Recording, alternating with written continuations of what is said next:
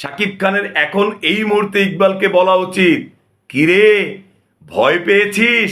Cinema hall list দেখে ভেতরে কি জ্বালা পোড়া হচ্ছে, আতঙ্কে আছিস? ভয় পেয়ে লাভ নাই এস রাজামৌলি, এই 13 সিনেমা হল নিয়েই তুমি সন্তুষ্ট থাকো।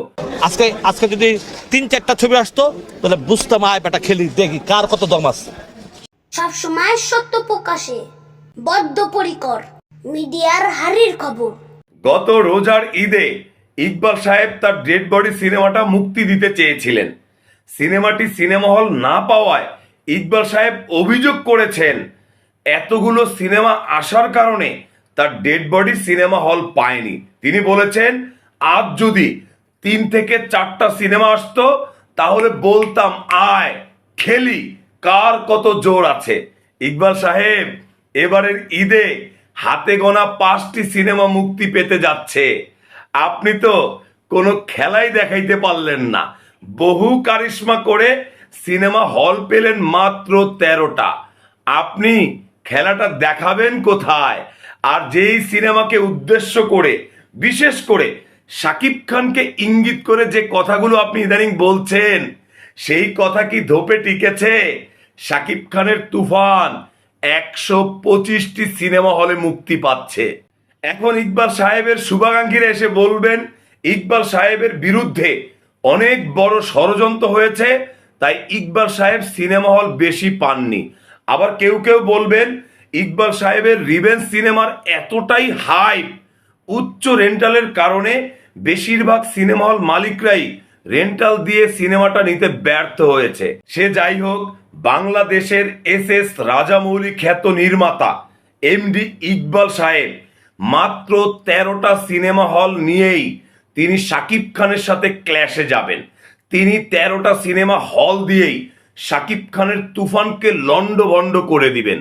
আমার এখন চিন্তা হচ্ছে কি জানেন, প্রথম সপ্তাহে 13টি সিনেমা হল এমডি ইকবাল পেলেও দ্বিতীয় সপ্তাহে এমডি ইকবালের রিভেঞ্জ সিনেমার দখলে আদৌ কি কোনো সিনেমা হল থাকবে, নাকি 2 থেকে 3 দিন সর্বোচ্চ 1 সপ্তাহ পর প্রত্যেকটি সিনেমা হলের মালিকরা আফসোস করবেন, আক্ষেপ করবেন, কি সিনেমা নিলাম, দর্শক সিনেমা হলে নাই, সিনেমা খেদাও, তুফান সিনেমাকে নিয়ে আসো। সিনেমা হল বাঁচাতে হলে, সিনেমা থেকে টাকা কামাতে হলে তুফানের কোনো বিকল্প নেই।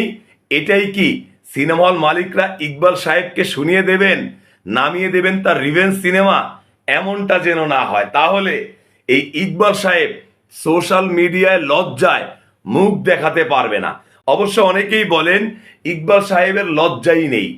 তাদের মতে প্রতিবার সিনেমা মুক্তি দেওয়ার আগে বাংলাদেশের এস রাজামৌলি খ্যাত এমডি ইকবাল বিভিন্ন উড়াধুরা চাপা মারলেও দিন শেষে সিনেমা মুক্তি দেওয়ার সময় তিনি কোনো সিনেমা হলই পান না। বিভিন্ন সিনেমা হল মালিকরা আশ্বস্ত করেন, ভাই অনেকগুলো সিনেমা আসছে, আপনার সিনেমা পরে মুক্তি দেন, আমরা দেখব। কি দেখে? 3 দিন পর সিনেমা হল থেকে তার সিনেমা নেমে যায়। দিন শেষে এটা আবারও প্রমাণিত হলো ইকবাল সাহেব কাজে নয়, সব সময় কথায় বড় থাকতে চান। গত ঈদে তিনি বলেছেন 4-5টা সিনেমা আসলে উনি চ্যালেঞ্জ দিয়ে বলতেন, কে আসবি আস, খেলা খেলবো, এবার খেলা দেখিয়ে দেব। ইকবাল সাহেব খেলা দেখাইতে পারলেন না, আপনি আবারও তুফানের ঝড়ে কুপকাত হয়ে গেলেন। সিনেমা হল পেলেন 13টি, শেষ পর্যন্ত কয়টা থাকে আল্লাহই জানে। যারা শেষ পর্যন্ত ভিডিওটি দেখলেন সকলকে অসংখ্য ধন্যবাদ। শেষে এটুকুই বলতে চাই, শাকিব খানের এখন এই মুহূর্তে ইকবালকে বলা উচিত, কিরে ভয় পেয়েছিস? সিনেমা হল লিস্ট দেখে ভেতরে কি জ্বালা পোড়া হচ্ছে, আতঙ্কে আছিস?